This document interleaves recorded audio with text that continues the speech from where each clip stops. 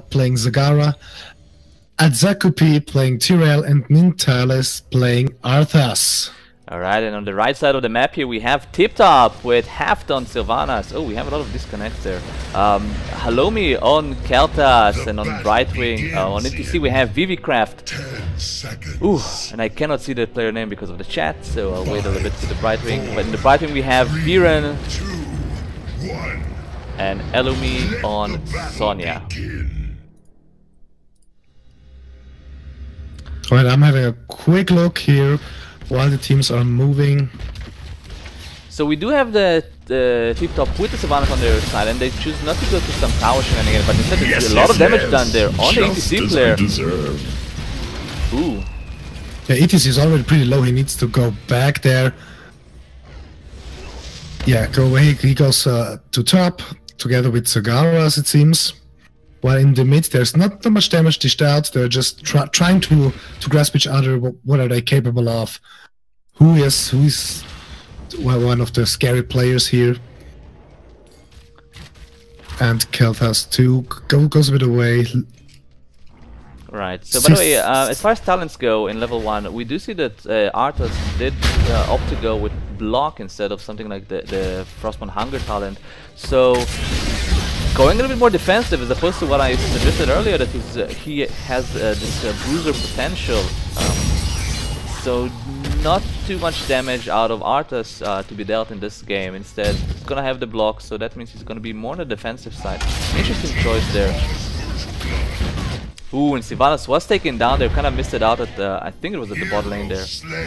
And as a response, Uther there taken down in the middle lane by the Sonya and the KT. So 1 for 1 here, very quickly for both teams. Yeah, now the Sarge decided to play a bit more aggressive. The first shrine on top is soon spawning. In the mid, they're trying to get a bit pressure done, slowly moving up. While Arthas and Li Ming in the bottom lane now start to move up as well. Right, and now here's where the global heroes actually shine. As you can see, Brightwing is still at the bottom lane, and you know what, it's completely fine. She can go there, soak a lane, soak a wave, and immediately port to the bottom, to the top lane there to the shrine, and Tyrell is under a lot of trouble. He's dropping very low, and he will be able to be finished there. No, 12 hit points. Wow. That was absolutely close. That shield just saved him completely. That was really a close call here. Yeah, definitely. Getting a lot of damage there, forcing a tap from him, but he does have evening death, so maybe dying there would have been the right call, considering there's such a... oh, and Tyrell is getting a lot of damage again, 400 hit points, 200 hit points, but he will be able to escape Sylvanas as well, and Zagaras too. This is kind of an intense skirmish here by both sides, getting so much damage on them. But as mentioned, Tyrell does have even in death, so dying might be something he needs to consider, especially with the very short death time when Tyrell will be taken down here, trying to get some damage down on the KT, and oh my god, look how much damage KT got there from the Tyrell, together with the even in death talent. Absolutely, but both teams are pretty low, to us, red team especially. Getting slowly the count up, 17, 18, 20 minions there. And the other team, Tyrell had to come back to the game. And it was very interesting to see that everybody was focusing on the damage dealer here, on Tyrell, because he can be a very damaging character. As you see here, ooh, nice, interrupted by Keltas, driven back. They're really fighting for these minions. That's yeah, and nice they should, especially on the side of this Inertia, because Tip Top, they have the Sylvanas, and Sylvanas, even if it's the first Punisher, can be very scary. There's a guy getting a lot of damage, he will be taken down there. Nice cavity left by the KT, together with the Living Bomb, will secure the kill on her and the Tyrell as well. So this is a 2 for nothing, and again Tyrell chasing the KT. And look just how much damage he gets every time he manages to connect with the KT with his even in that talent, to just takes down 70% of KT's hit points. And now this is a very scary position for Vista Inertia. They are facing a Punisher with a Sylvanas. Yeah, that is absolutely devastating. As Sylvanas here can dish out the damage, can push. They're pushing all together. They're leaving this the soaking completely aside, focusing on pushing, focusing on tearing everything down. Yeah. Look at this. My god. Instant fort taken down so early in the game, and this is just the first Punisher. It's only a 4-minute Punisher. That's nothing, and he's still very, very healthy. He is at 68% hit points, and this is the power of Sylvanas. And this Sylvanas is a pushing monster in that regard, absolutely. But somehow, with inertia, the blue team seems not really focused. Not really. The communication might be bad because Tyrell gets so much damage done. Captain Reno gets chased. Meanwhile, Uther just managed to escape. No problem there. Everybody's low except Li Ming. Fantastic opening here by Diptop. Absolutely fantastic. They even got the front wall here off the top lane, off the keep there. Just monstrous amount of damage dealt there by them, and it's only the first Punisher. And you know what? If I was in Vis Inertia's position, I'd be very, very scared about the second Punisher. Absolutely, if they can push the second Punisher just as good as they pushed the first Punisher, that is devastating for the situation. Yeah, and the worst part is they got so much value that they are now so far ahead as far as levels, as far as XP goes, that they are soon to be 9, and they are gonna have level 10 before the next shrine spawns, which means they are gonna have a level 10 advantage with the Sylvanas, with the Punisher. This can be a very, very rough spot there for Vis Inertia. Oh, Arthas here catching the Sylvanas, but I don't think there's enough follow-up. The Tyrell and the Uther are rotating, but so is Tip-Top rotating to help their Sylvanas. It seems that the blue team, as I just said, the communication is not right up. They're not right now how to get to each other. Tyrell gets a lot of damage done if he dies, but nobody of the other team is focused to get enough damage there. And the Gravity Lapse does connect on the Tyrell, will lock him in place and secure the kill on him. Even Tyrell does not manage to connect with any of the Squishy. Will connect with the Sonya, but not too much damage done on her. So again, another kill there for Tip-Top, securing the lead even more, and there we go. Shrines and Tip-Top are just a spit away from hitting level 10. Yeah, they're gonna get level 10 before the Shrine is really popping up. And that, as you said, level 10 advantage, and Vis Inertia better not fight right now. They now got level 10 just in time for the Shrine to activate him, and they need to give the Punisher to them if they don't want to just meaninglessly almost feed. Yeah, they are in a rough spot with Inertia, but not in a game-losing spot right now. They're not in a spot where they need to make some super risky decision, where they need to fight at the disadvantage. They definitely need to take it easy, soak to level 10, accept the fact that the bottom fort is gonna be taken down. Like, there's no way to defend the bottom fort. Hope you hit level 10 before they actually reach your front keep, the bottom keep, and then defend it there. Rough spot for them, but definitely not one where they just lost the game from. We're still very early in the game, and they are not that far behind, but they really need to get to level 10 right now. And yeah, I don't even know if they should try to defend it. They still don't have level 10, and John Cena is gonna go there on the Tyrell, on the Arthas, will force a cleanse on him. He should be able to escape there, but still no level 10. They really need to focus on getting level 10. They're just, yeah. As I said, I would have loved to see if they just given this up, focus more on getting their heroics, and then defend the bot keep. But they have level 10 right now. They did manage to get it through the passive XP league without losing anyone, so at least that. Look at that health of the gate go there. Both those towers are teared down, and maybe they even have to keep this. The mosh pit is just... Mosh Pit didn't hit anyone there. The Divine Shield was used defensively on the Arthas, but the Sonya, by the way, did go with the leap. Did manage to secure the kill on the Arthas there, and the Tyrell was taken down as well. We haven't spoken about the level 10 talent, but we do have leap for the Sonya, so not Wrath of the Berserker. A little bit of a surprise, because usually when I see double tank, I'm like, okay, Wrath of the Berserker is completely legit. You can just destroy the front line of your enemy. But instead, she's gonna go with the leap, looking to hit the back line there. So interesting choice there. Li Ming, of course, with Wave of Force, kind of became the standard lately. I've seen it more and more being taken, even if there's no ETC on the enemy team. But they do have the Wave of Force instead of that. Divine Shield on the Uther, Mon the Zagara, Sanctification on the Tyrell, and Army of the Dead. for the Arthas. I would have actually loved to see Sindragosa instead, because I don't feel like you need the survivability too much. Because one, you have Divine Shield, two, your Arthas, you already tanky as it is with block, and three, there is a Sonya on the enemy team. And if you have an Army of the Dead versus a Sonya, you're just gonna feed her. She's gonna win, she's gonna get a lot of sustain from your army and kill it. So I would have loved to see Sindragosa, not because of those reasons only, but also because this is an Infernal Shrine and Sindragosa synergizes well with the Punisher. Yeah, absolutely. A little bit I surprised. think the composition is, this inertia just goes for defensive power to push them back as fast as they can. I mean, with the Devouring Maw here, the wave of force, they're just trying to push them back. Ooh, the power slide on the Arthas and the Divine Shield again. Used defensively there, nice small there by the Zagara. Will secure the kill on the ETC there. Fantastic job by Vis Inertia managing to turn this around. And the Sonya is dropping very low and she will be taken down as well there. The KT very low, but he does have the Mana Addict talent there at level 1 already completed, so he will be able to survive through the shield there. So fantastic job by Vis Inertia. Absolutely.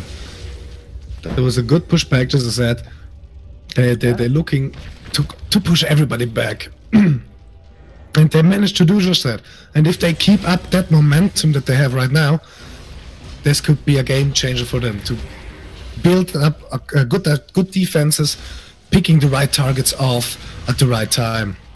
Yeah, right. And this activated. Yeah, and this team fight happened at the perfect timing for them because they were behind. They had a talent disadvantage, especially at the shrine. Ooh, and the Marsh Beast will not do anything here. Immediate cleanse and disruption on him, but instead the Uther will have to be using Divine Shield there. Not Uther. Uther will use Divine Shield defensively there on the Tyrell and certification. So two big cooldowns there, and Tyrell still should be taken down there. He does have the Living Bomb on him.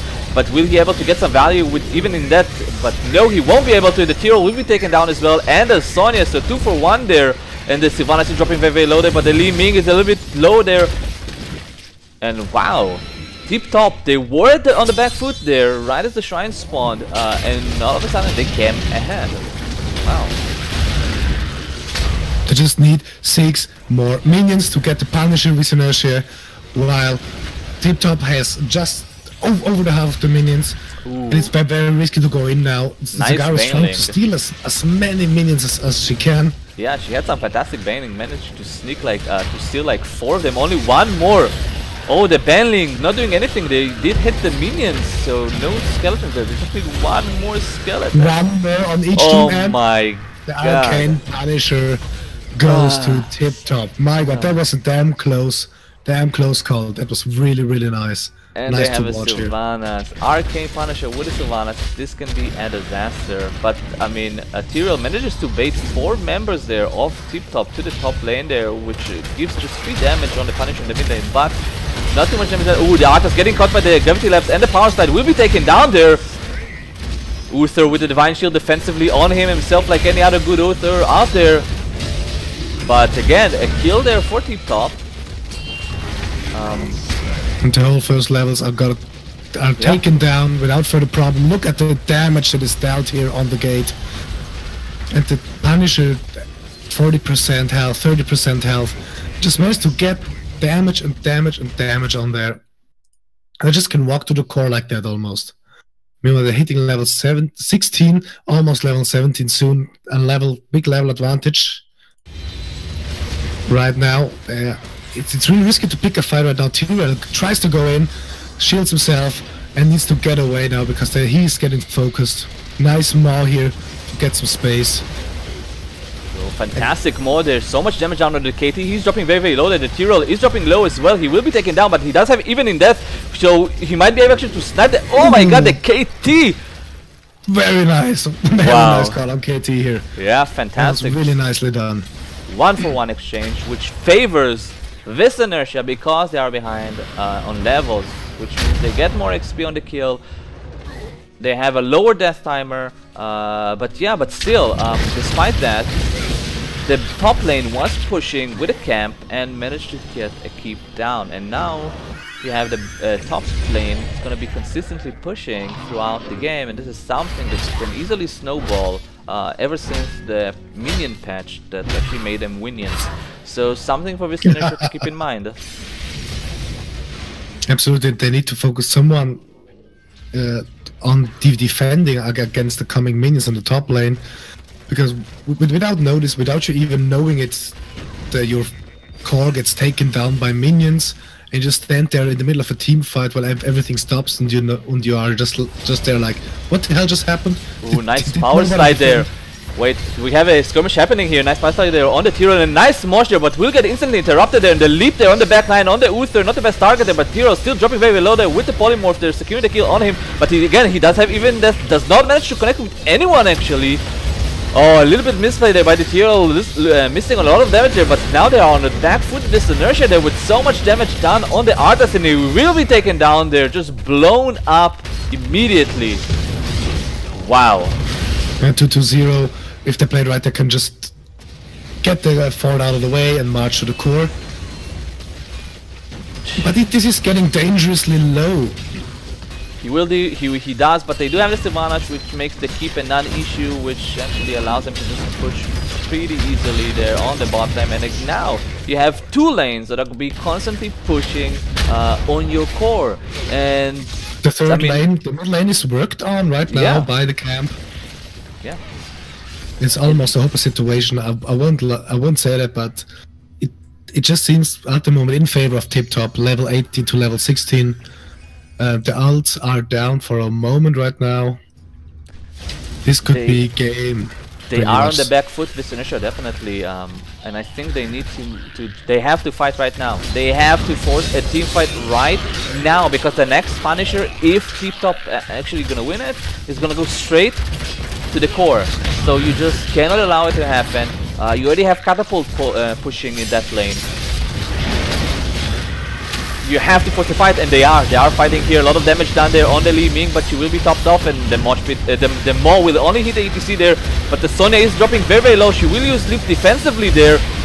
A nice silence there, catching the Uther and the Tyrael there, but the Divine Shield will still be able to connect on the Tyrael there. The nice kill there on the Zagara, and this is looking very bad there for Vistanesha. They are so low there, but they will be able to kill the ETC. No, he does have power slide to allow him to escape, and Li Ming will be taken down by the leaving bomb there.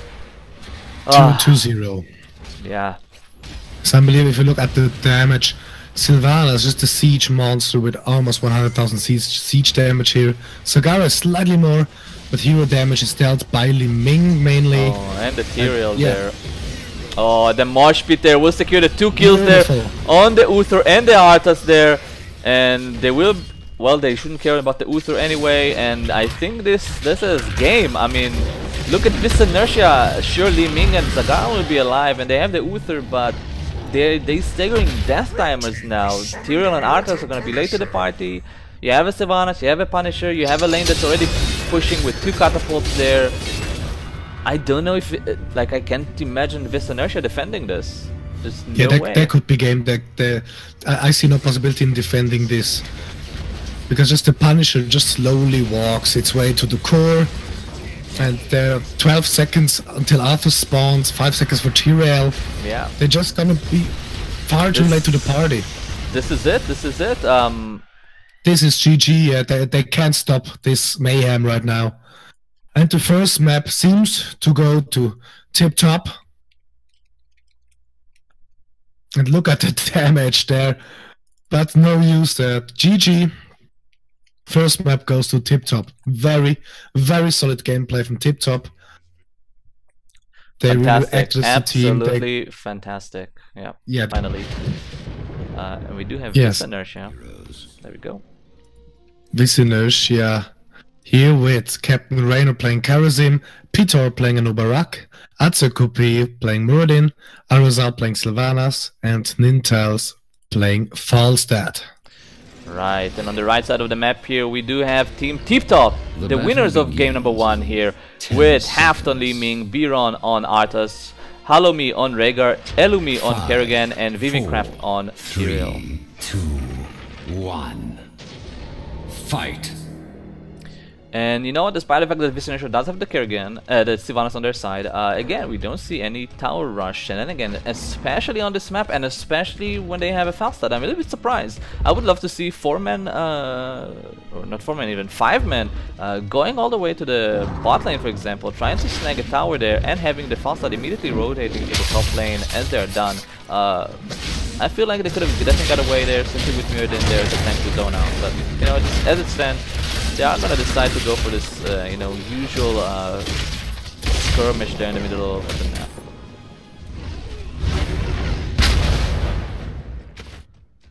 Yeah, we see the first talents. Mirrodin goes for third win, so he really counts on the team fights to get as much health regeneration as he can get. With that. So Falstad, interesting. Falstad is level 1 talent. Is gonna go for the new mercenary talent, which is now called Wingman for Falstad, instead of stacking his Q. So very interesting choice there. I haven't seen it in action just yet. It does make it so that your lightning rod will do extra damage there. Interesting. Ooh, and Mirrodin there managed to juke the combo from the Kerrigan. Fantastic job by him, and it will allow him to survive pretty easily. Good job.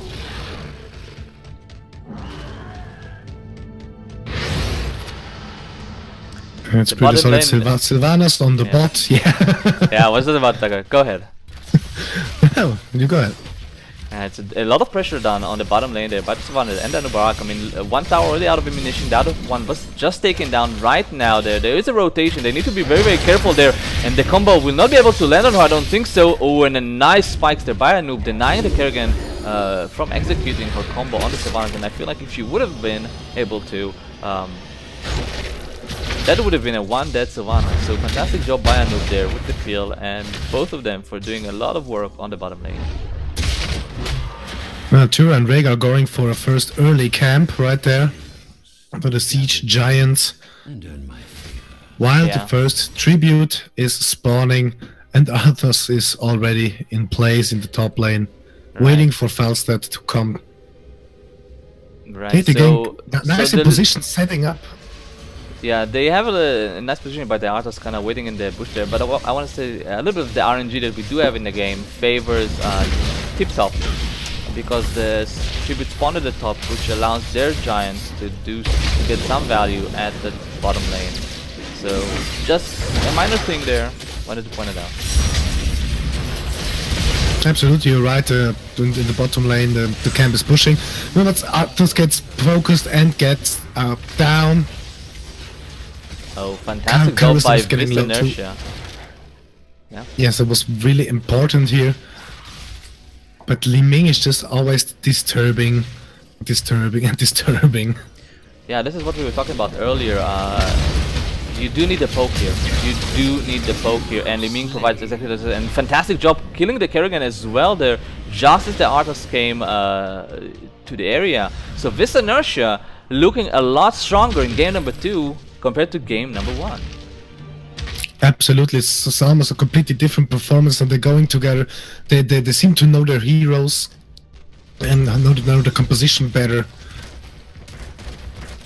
Yeah. And, by the way, I want to point out, interesting, level 4 talent for Li Ming is gonna be Triumvirate, which buffs her orb, which is not something you usually want when you're facing Anub. So interesting thing, need to keep in mind that her poke potential is now becoming more reliant on her ability to dodge Anub than anything else, because if he blocks an orb, if a beetle blocks an orb, that's a huge DPS. And Sylvanas there, overextending a little bit, will be able to juke the combo there, and the Rhaegar is on the chase, but I don't think he will be able to finish her off. 150 hit points. Wow. That was damn close. For Rhaegar almost overextended himself there, but Sylvanas barely managed to get out, needed to get to heal up. And now they're coming back, focusing on the bot lane. Karazim, Anub and Sylvanas going to the bot lane and pushing everything a bit back. While in the mid, another tribute is spawning.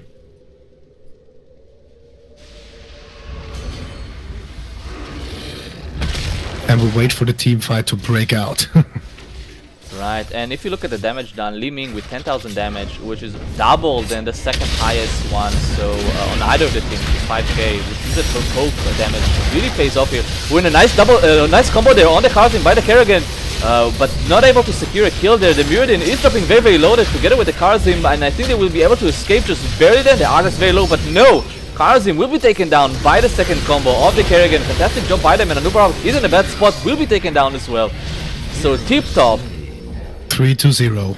showing that, you know what guys, you won the first skirmish that we had, but we still got this. So second tribute is gonna go in favor of Tip Top. And wow, they are gonna aggressively go for the boss. Pretty bold move here. Muradin does see this. They do get snared by the boss, double stunned on the Kerrigan, and the Heartless taking a lot of damage, but the Muradin is alone. He needs to be careful. The rest of the team are not collapsing, but it seems like they are looking to disengage. Interesting choice there, very, very risky. I didn't like it. Yeah, it's far too risky. The Kerrigan in the middle. Here. Wait, there's the Sylvanas in the middle. They're kind of stuck there between the Kerrigan and the Hard Rock, and she will be taken down. Sorry, the deadly body block. Yeah, no problem. That was deadly body block right there. T-Rail needs to go back. It's really, really low. I saw this Sylvanas and I just felt so bad for her. She was like mounting, going left and right like a scared animal. Like, oh, I just felt so bad for her, and I was like, oh, she's so dead. She's just so dead there. Absolutely. All right. So third tribute is spawning. Not a big deal. No curse for either of the team. Whoever wins it. So not a big deal.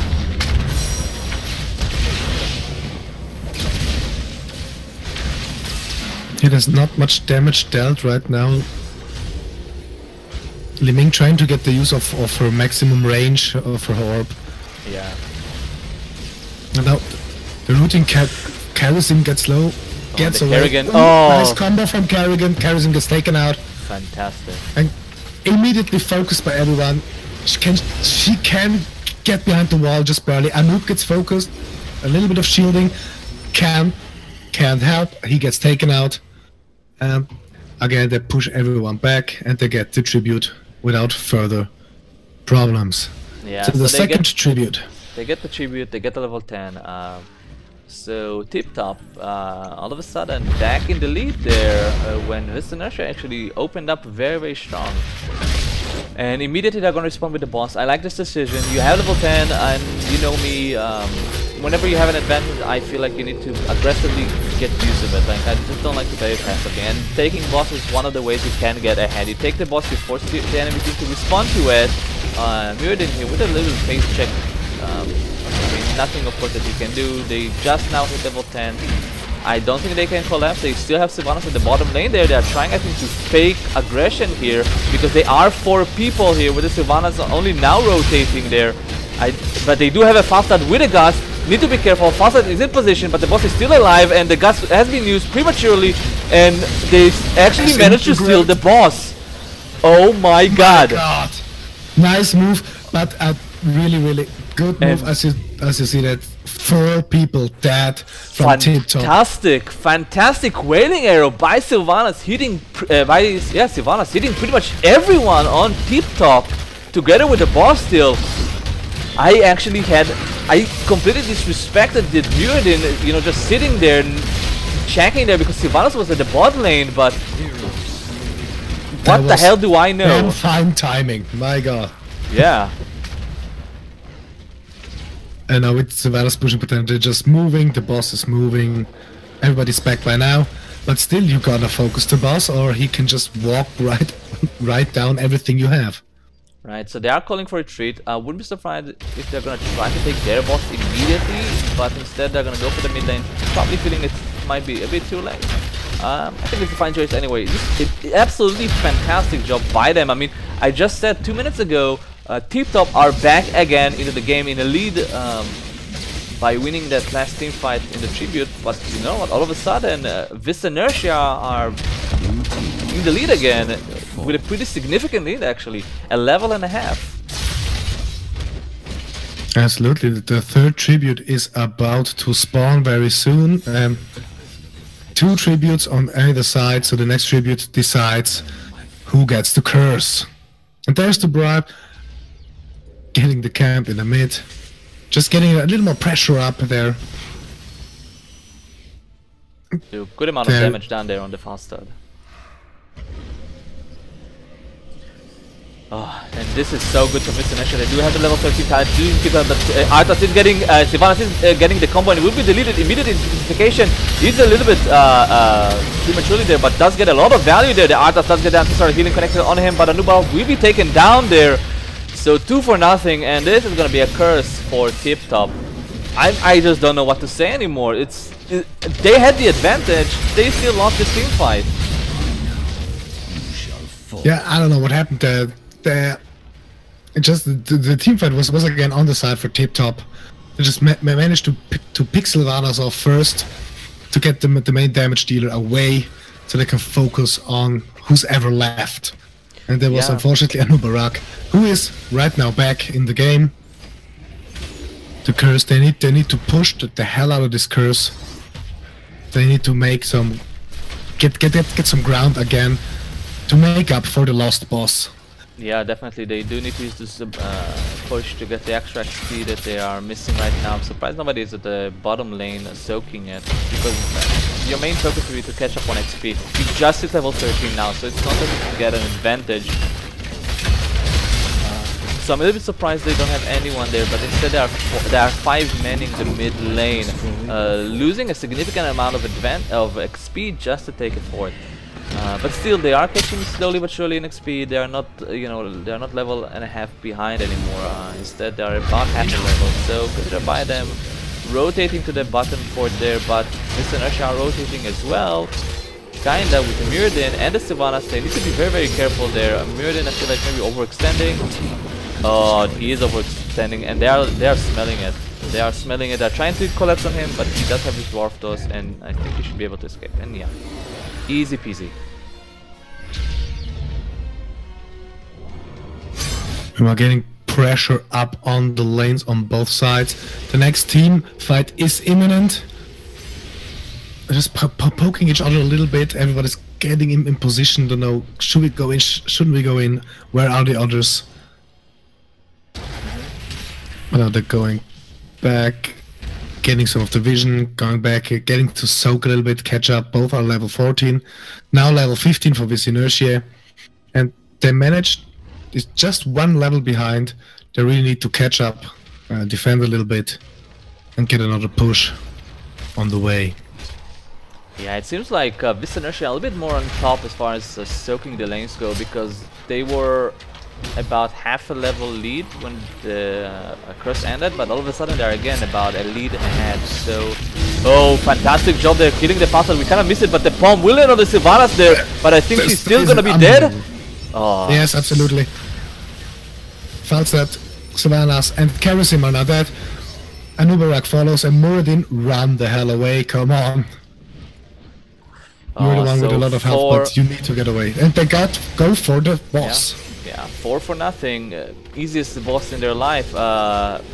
Arthas, by the way, all this time was at the top lane, so maximum amount of value, soaking the top lane, killing 4 people, getting the boss there.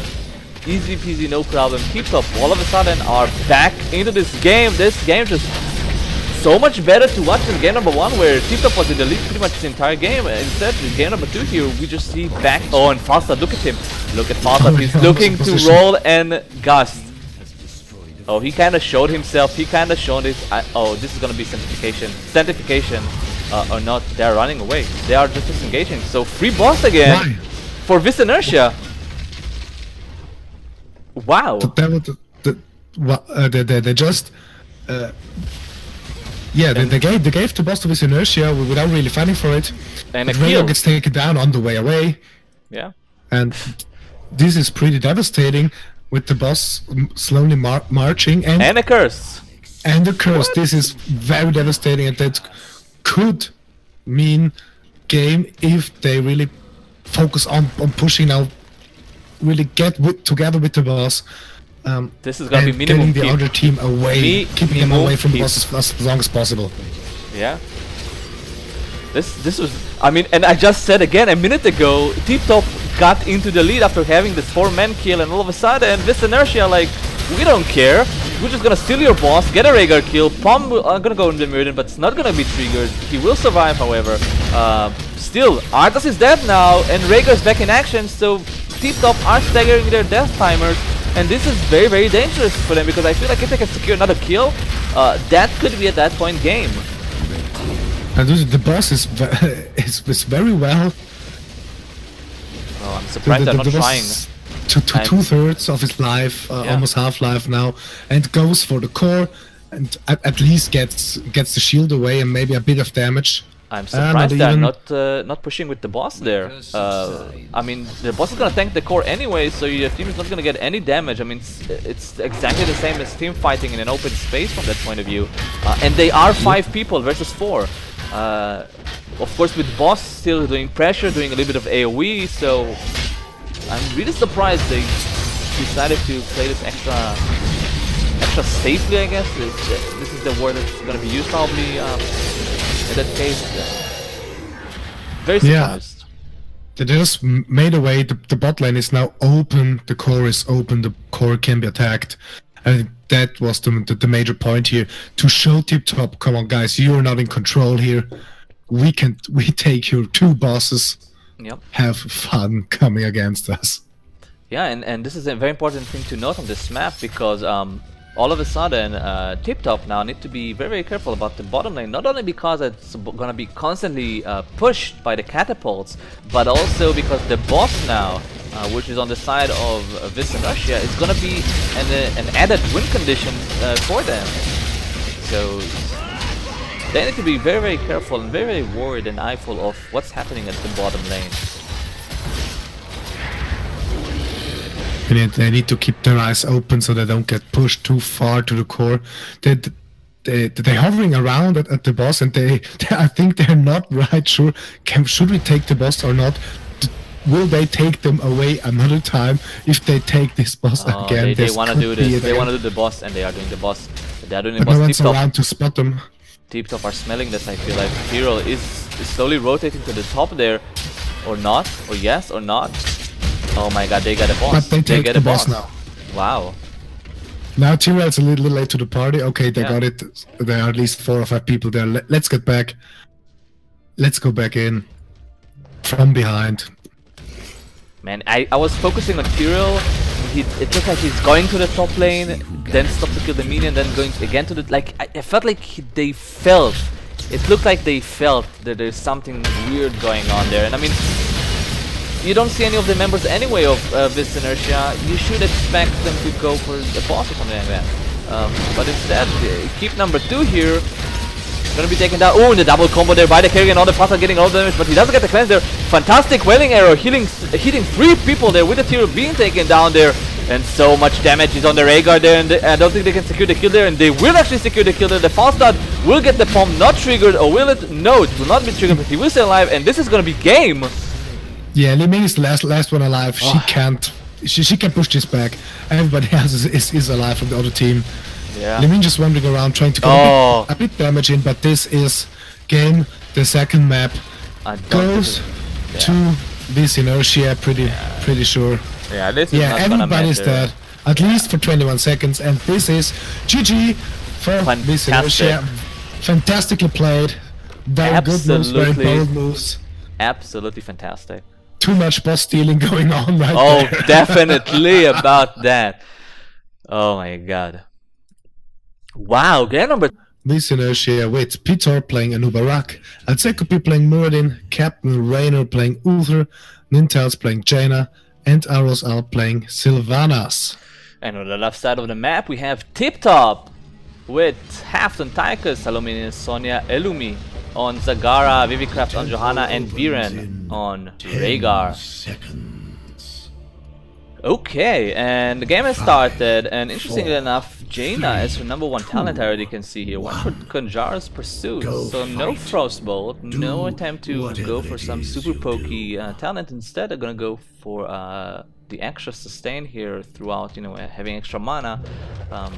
Interesting choice there already from the get-go. This is for the Jaina player, but ooh, do you see here that finally a team with the Sylvanas decides to go with the Tower Rush, but Tip Top were ready for that and immediately rotating on that. Just punishing for that action. Anub gets a little low, needs to get back, gets healed, no problem. But it's already so high. The Zagara is showing in the bot lane, let's go, and bash her, get a little bit of pressure on. But it did not work, it just was a minor inconvenience for Tip Top. Yeah. So really splendid reaction time from Tip Top, immediately rotating, negating any amount of damage, any amount of advantage that Visionaire could have gotten from this. As we can see, the tower is still up, it's even pretty healthy, all things considered, full hit points, so completely fine. And now you have a Jaina versus the Zagara, and while Jaina does have the wave clear, she just doesn't have the pressure. So Zagara can sustain much more pressure down there, and Jaina can do nothing about it. She, as you said, she can just wave clear a bit, but the Zagara is just better in this matchup right there in the bot lane.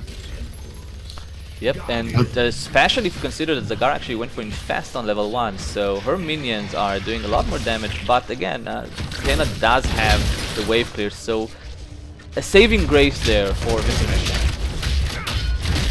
Look at the temples are being slowly captured, respectively with Visionaire and Tip Top. So they're getting out of the way of each other. They're not disturbing each other. It's getting the maximum value out of one of the temples for each team. They're much more curious about each other, and they're watching their step much more carefully at the moment in this game, it seems. Well, I can't blame them. I mean, you saw game number 2. It was very equal, completely back and forth throughout the entire game there. The Tychus will be able to connect a little bit of damage with the Muradin, but of course not able to secure the kill. So yeah, slight advantage here in favor of Tip Top, but really minor one and something that's really not gonna matter at all. By the way, the Temple phase has ended, which means it's time to do your mercenary camp rotations, the camp rotation, sorry. We can see already that Visionaire did take their giants, and what you should do is you need to start rotating and take the merc camps there at the top lanes, and by the time you finish them, around the 4 minutes mark, the bottom temple will spawn, which will allow you to have, or you know, give you a slight advantage at the top lane as far as pushing goes. So really small things that you do need to consider, especially between those things that we've seen in game number 2, where they were very even.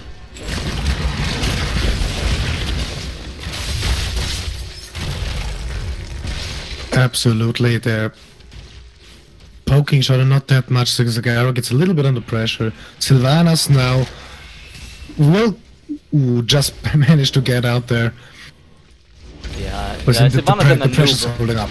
Yeah, the Sylvanas who played a bit greedy at the bottom lane. They're pushing their towers. I imagine they try to get the well down, and I think they will just barely not get the well down. And it's actually, this is a big deal. If you can snipe the well at the bottom lane just before the temple starts, all of a sudden, you know, the team that well is taken down, they cannot tap anymore, and that severely reduces the amount of sustain they have on that lane, especially during a tempo phase. And I would love to see Anub, him trying to commit a little bit to taking the well, considering he has a borrow charge and he can escape very safely away. But yeah, here we go, the minions did take care of the well there, so no tap for Tip Top at the bottom lane. Constantly move on the top to both merc camps, clashing into each other soon. The fight breaks out top, the bottom. They want to get the temple. Enough damage done. Anubarak gets taken out. Ouch. Muradin jumps away. Johanna gets away. Everybody's roaming again. Get away. Okay, we need to give them the temple, it seems. We can't fight them. They're dishing out too much damage. Yeah, right now it's a 5-4 situation. Anub was taken down. They have also the Sonya on the side of Tip Top, so not like you can expect someone to take a lot of damage here and then just collapse on him and get an instant kill. That's not going to be the case here. By the way, Tychus there took on level 4 in the rhythm, which means that expect him to have the longest D possible in the game there, and yeah, pun intended. So a lot of potential damage coming from the Tychus as the game progresses there, because he's simply gonna have the minigun up for so long, and considering you have double tank on the side of this inertia, that could be a lot of pressure on the Uther healer. Yeah, Uther needs to be very careful where who he's facing. But both teams are almost equal, just slightly apart experience point wise. Yeah. Yeah, they are very equal on XP, considering that right before the temple started, the Synertia managed to snipe the front wall at the bottom lane together with the well, and that's exactly what the bottom temple did anyway. So in that sense, structure-wise, they are very equal. Of course, there's a lot of pressure at the top lane coming right now, and this will be the first. Sorry about that. The first fort in the game gonna go to Tip Top, which will secure them level 10. As far as talents go, we see nothing special at the moment. I mean, Ancestral Healing, Blast Shield, the Laser Drill for Tychus, Devouring Maw. So we do have Maw. No Nidus shenanigans from Zagara. Yeah. My favorite heroic, personally, as you know, as a default choice for her. It just brings team fight utility as opposed to Nidus. It just brings nothing to a team fight. It does give you global presence in Zagara, but then when a team fight breaks, you absolutely do nothing special. So I like the Maw choice there. And Leap again for Sonya. Yes. That's a fine choice actually in this case. They have a Jaina, and Jaina is really difficult for Sonya to deal with if she can get some of the kiting done. So with Leap you actually have a way to close the distance on the Jaina player, hopefully doing enough damage to actually kill her, or force her at least to back away. So good choices by Tip Top. Visionary on the other hand, they just have their level 10 as well. And we do have a small skirmish here. The Stonewall hook on the Tychus there, but no, not enough follow-up. The Ring of Frost there will not hit anyone at all, so completely wasted at the Tychus now with the laser drill and a 3-man Mosh there. Fantastic Mosh there by the Zagara player, and so much follow-up there, immediately deleting the Jaina and the Uther, and the Divine Shield is being forced down the Barak, but I don't think he can escape there. Oh, he does manage to escape. He does have the board shot, together with the Dwarf of the Muradin, will allow them both to escape to safety. Wow, I was just talking about the Maw, and insane amount of value from the Maw immediately happened. Like 3-man Maw together with an insane amount of with an insane follow-up by Tip Top. Insta 2 kills, Divine Shield taken. Like, wow. Yeah, that's how you use the Maw. You need the follow-up to get the maximum value, and as you said, they got it, a 3-man Maw and the follow-ups there to secure 2 kills.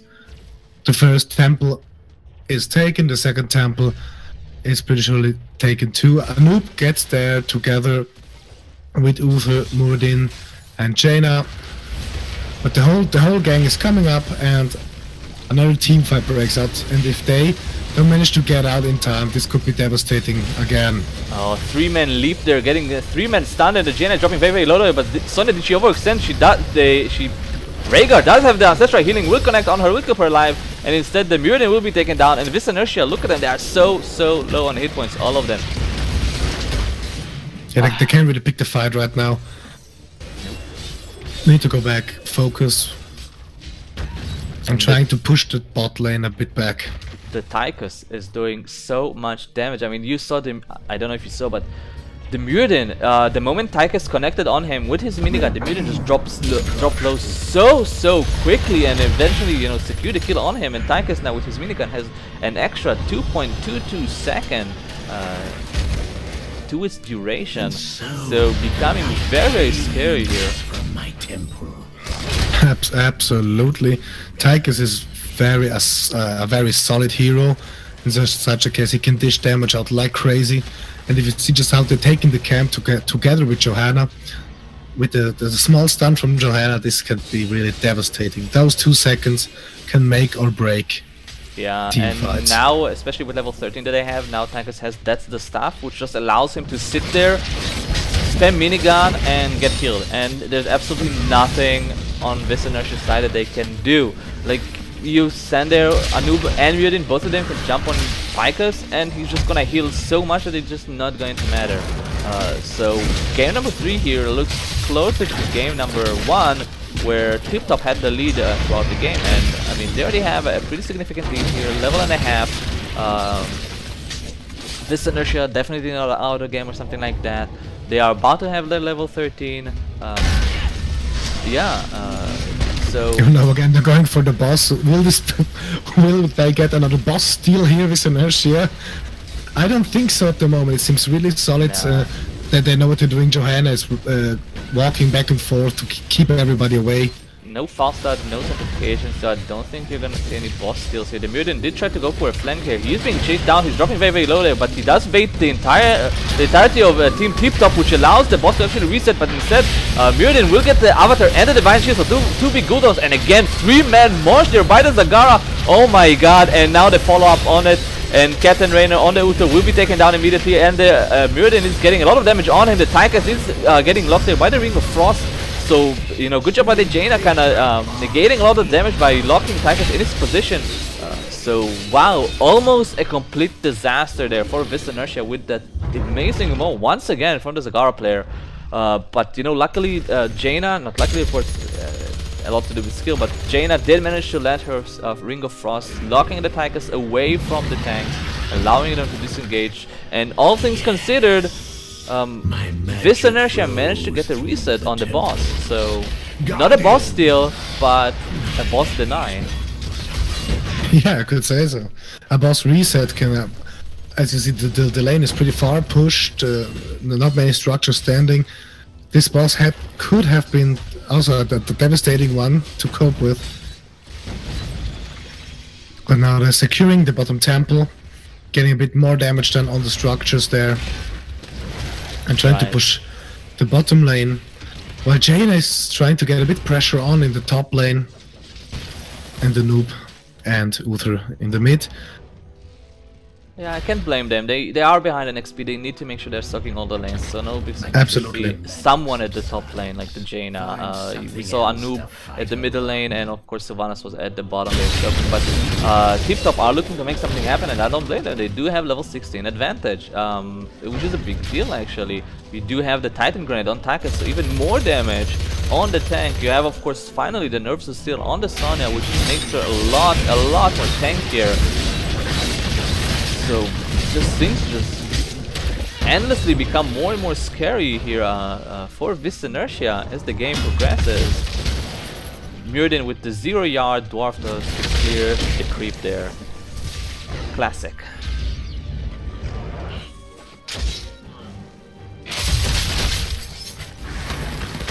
Yeah, they should focus on getting equal XP wise. They just can't pick a fight right now. The Tip Top is too overwhelming. They're roaming together again, going for the boss maybe, or just luring the team there to get a little fight going on. I wouldn't be surprised if they're going to try to bait a team fight around the boss. They still have the level 16 advantage, and again, I'm going to say time and time again, whenever you have an advantage, I like to see some aggressiveness, some attempts to get an advantage out of it, whether it's a boss, enemy camps, team fight if possible, to wipe the team while you have an advantage. It's always a great idea, and I like this actually. Yes, absolutely. Yeah, they are posting very defensively, not trying to overcommit, so great. Vis Inertia getting in position to maybe get to the boss, but Tyke is doing so much damage right by just running around basically. Ooh, good Ring of Frost. Stun a few, and really again a good maw here. Got two of them. Tychus gets taken out. Sonya gets dangerously low, managed to get behind a little bit. Johanna gets taken out. The boss meanwhile has resetted again, a nice boss deny. So they don't get a boss. They don't make it too easy for the others.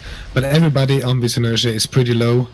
They need to go back to, they need to regroup, they need to focus, while Tip Top needs to go back and focus as well. Well, the temples don't get touched at the moment. And both temples are active, somebody needs to stand on there. And Anub is the first to get on the temple. Yeah, so and get some damage to the great structures. team fight for Vis Inertia there. Managing to collapse on the Tychus, taking him out of the equation immediately there. So fantastic job by them. Of course, a lot of teamwork was done there. The Ring of Frost was fantastic. Despite the fact that actually Tip Top started the fight very nicely with the Sonya leap there on the back line. But yeah, so good job by Vis Inertia kind of getting people back into the game, and all of a sudden they are less than a level behind. So things are not as grim as they used to. Ooh, in the Ring of Frost there, again, not hitting anyone actually. So much damage done there, the Divine Chain on the Anubarak there, but Sonya will be deleted there immediately. Uther is very, very low as well as the Anub there. The Muradin is in the front line there, but he is against the Sonya and the Muradin and the Rhaegar and the Johanna, but he does manage to get all his CC on the Tychus, not allowing Tychus to get too much value out of his minigun, but instead we see that Uther was taken down together with Sylvanas and the Anubarak. So what started as a 1-for-0 in favor of Vis Inertia ends with a 4-for-1 in favor of Tip Top. Yeah, Wow. nice team fight, a nice playing of the talents and abilities.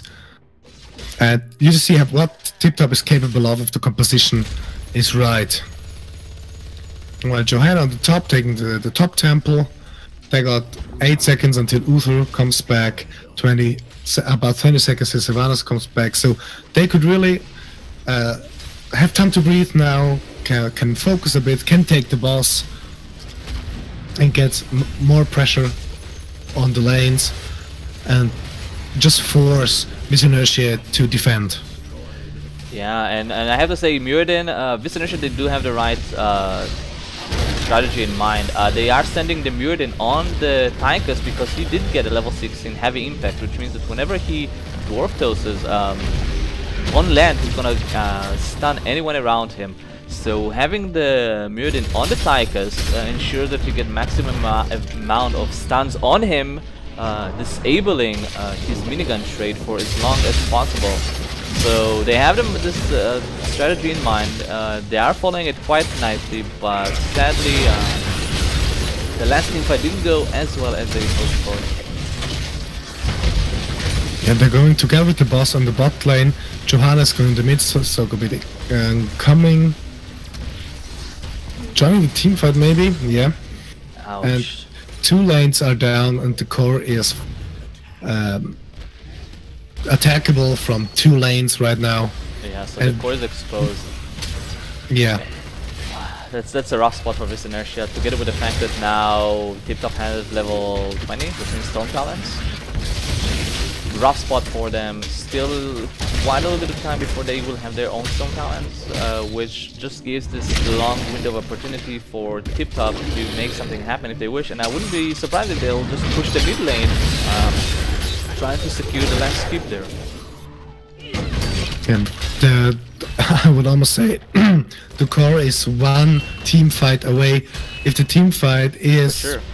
just play as the last one, and 2 or 3 of Vis Inertia could die, that's then almost game, I would say. But we're not done at the moment, we're not done now. And they're going back again in the temples. They know they just can't push right now. All together are in one spot. There's just too much power concentrated right there. And there is level 20 for Vis Inertia. And now they're almost only 1 level behind, but all talents are chosen. Yeah, and I wouldn't be surprised if I'm going to see Vis Inertia playing very aggressively here, but it's because honestly you cannot allow them to get any temple. Any temple at this point is going to be core damage here. And Muradin is sitting on the Tychus as expected there, but meanwhile he's getting a lot of damage on him because it's just not enough together with the laser drill, and Vis Inertia on the back foot there. Wailing Arrow hitting only 1 player there, and Ring of Frost will hit also the Rhaegar there together with the Silence, but not enough follow-up there, but instead the Uther will be taken down. But again, they do have the level 20, so he should be back alive there. The Sylvanas has to be, was forced to use Blink to survive there, and the Johanna is taking so much damage, she might be taken down, but no, she won't be, but instead the Jaina will be taken down together with the Muradin, and this is potentially game there, unless somehow Vis Inertia can get counter kill, and I don't think they can, not when they have a Tychus on the side of Tip Top, and nope, Anubrak will be taken down there. The Uther doesn't have anymore, doesn't have redemption anymore, and if he can actually be taken down, he won't be come back to life. And I don't think it matters. You have Exposed Core, Sonya, Temples. And that's GG. Tip Top wins 2-1 with this last map. Guy, Temple. Well played, guys. Again, a completely different game from the second game, but as you said in the beginning, more similar to game one. Yeah, I mean, it started okay. It started like kind of even, like it didn't feel like one-sided completely, but very quickly it kind of escalated and went towards Tip Top. However, unlike game number one, where Tip Top was just dominant throughout the game, in game number 3 here, there were periods of time where Visanisha had this minor comeback. They were still behind in XP levels, but they were not as behind. They actually managed to win team fights. They managed to kind of claw themselves back into the game in certain points, but overall it just felt like game number 1 where Tip Top was just dominating, just was in the lead from the get-go. So good games by both teams. Absolutely. You see, this the Division 2, and they know how to play, and it was marvelous to see. But really, the game 2 was one of the most tense games. Definitely. With the constant back and forth, while game 1 and 3 Liberal dominant. As you said, game 3 it started out okay. Miss Inertia seemed to be in control, but I think they were slightly too aggressive, and Tip Top could manage to get the damage potential up and running to viciously strike back. All right, so we do have winners interview. So let's go to Lounge 2. Get to speak with Halomi a bit. Chat with him. So, winners interview. First of all, Tip Top, congrats guys on your win. It was fantastic best of 3. I have to admit, I haven't seen such a best of 3 in a while. It was a delight to watch. Seriously, especially game number 2. I mean, well, the games were really nice. It was fun. The second game was special, let's put it that way. So many weird calls, and it was like the worst throw ever, 2 bosses throw. Oh, and then yeah. we threw a third boss as well. I mean, it was a weird game, but I mean, like, we just made the risky calls, and if it worked out for one of the bosses, it would have resulted in a really, really huge gain. So, it's a high risk, high reward, and backfired, but overall wasn't bad. Well, don't feel bad. Your boss throws means more highlights for us, so at least that. Well, as long as someone enjoys them. But seriously, a fantastic game, especially game number 1. Game number 1, guys, you just dominated from the beginning. You had a very solid draft. We were talking about this, of course. I really loved your draft at game number 1 on Inferno Shrine. I felt like you drafted really well for the map and as a team composition. You just had a lot of synergy there, so really fantastic job with them. And game number 2, you did manage to snag the Tyrael together with the Arthas and Kerrigan, so really really good job, and overall just really well played. Maybe in game number 2, which was actually very interesting to watch, maybe you can, apart from the interesting quote-unquote boss calls that you had, maybe you can just go through a little bit of what went in the TeamSpeak or whatever you're using for voice comm as far as shot calling, and because it was very back and forth all the time, even outside the bosses. It was very back and forth. First I guess you don't want the bosses, but we thought bosses would be safe because we had sanctification, but it turned out the other way. As for the calling, usually our main support, this time she wasn't here, so I had to improvise. Yeah, she wasn't here. She's been playing support with us since she joined, and we've been playing for months, and she was always there, except this tournament. First time she's not here, so we had to improvise with me picking Rhaegar. It wasn't the greatest Rhaegar. I had some got caught a few times, got silenced extra few times as well, which wasn't great. But team composition, I mean, I think we had much better team fights. We even killed them 5v4 there, just before the second boss throw. So we had very, very good calling on and good damage on their backline from those team fights. Fall side was very low at the start, and he died really early before the second boss as well. But it's just that we didn't have a lot of damage on the bosses. We were like kind of and then we basically ended up dying there. Mm-hmm. And yeah, we were just trying not to throw more, and then we played extra safe and costed us a third boss. But team fight wise, I think we played very well up until the third boss. I think we just kept dominating them with the mass CC and the right target focusing, catching the right targets, which was that's why we were ahead most of the games, and it happened on the 3 games. I mean, we had much better team fights, I would say, overall. We figured out the right focus targets, and we caught them off guard a few times. And we even the last game, Sky Temple, we didn't want to try the boss to fight it. We wanted to bait them, and it worked. Didn't work that well. We still didn't gain anything from it, but we wanted to fight them, and that's the only way is they come to us with the boss. But overall, I think we had better team composition. Yeah, in 3 games we had better team composition, in my opinion, and we just had the right targets focused down and killed ASAP. Okay. Leadgate, anything you want to ask? No, at the moment, that was really, again, it was really nice to watch. And I guess it's kind of a standard questions. And let's take Tengu game 2 away with the 2 bosses there. But what do you think? In the last game 3 that we saw, Sky Temple was absolutely. What was good? Where just everything went right, where the communication was on spot, where everything did go as planned? Was there such a moment in the Sky Temple? I think we had a couple of 3 stun on Sonya leaps, which was fantastic. The Tychus was playing really well with his lasers, which was really high value. We had a wrong pick with the Raynor instead of Tychus because they look the same in the hero draft. But I think Tychus was really, really strong against their double tank. We deleted Anobarak every time. He almost every single fight he almost got the Divine Shield. I think every single time even. So we pushed Anobarak really far. We didn't have magic damage, so he wasn't that valuable as a tank to soak damage. And that just basically deleted 1 tank. And then Muradin alone can't really do much except just slow us down and maybe a stun here and there. But that's it. We had good healer from Rhaegar. They didn't have a lot of bursty damage out of Jaina. If we locked her down, they lose tons of their damage, half their burst, maybe even more.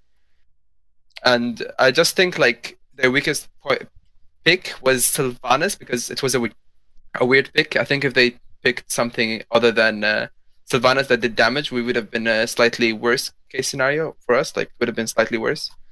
But if they had 1 damage dealer, we killed that damage dealer, and then they lose huge chunks of their damage. But the Jaina also did a lot of MVP Ring Frost as well. So yeah, she was very, very impactful. I think the Jaina was very impactful. And we also stopped their first tower in the start in Sky Temple. Yeah. So they didn't gain that much out of Sylvanas, I think, as a champion. Yep. Okay. So it's very fun to watch, guys. Is there anything else you want to ask Lidgilt or say? No, I'm good. Thank you for that very exciting game. Yeah. Right. So thank you very much for joining us, for giving us this quick interview. Glad you guys had some fun. Even game number 2 where you kind of threw away the bosses there. So again, congratulations on your victory. 2-1. It was super fun to watch again, and that's it. Is there anything you want to say? Well, I would just like to say it was a nice breather to get out of WoW and join HOTS for some time, because we have been playing HOTS as a team for some time since the season started, so it was fun, nice breather. And yeah, the team we've played against, I don't want to butcher their name, so I won't say it, but I'll say Inertia, I guess. This Inertia, yeah. This Inertia, okay, that's easier to say, I guess. But yeah, that was really fun playing against them. They had really good moments there as well. Both teams, I think, had really good moments. They capitalized on our mistakes, which was fantastic as well to play. And the second game, I mean, we were we loved it. I mean, yeah, we made a lot of mistakes, but it was fun nonetheless. We didn't like that we got shreked, but we still laughed a lot about it, so it was really fun. All right. Well, thank you very much. And I think we're done here for tonight, guys. Yeah, pretty much. So there is a tournament tomorrow. For those of you who don't know, there is the mid-season tournament. It's gonna start very, very early at 3 p.m. Central European time. Not sure who plays it because the brackets are not ready.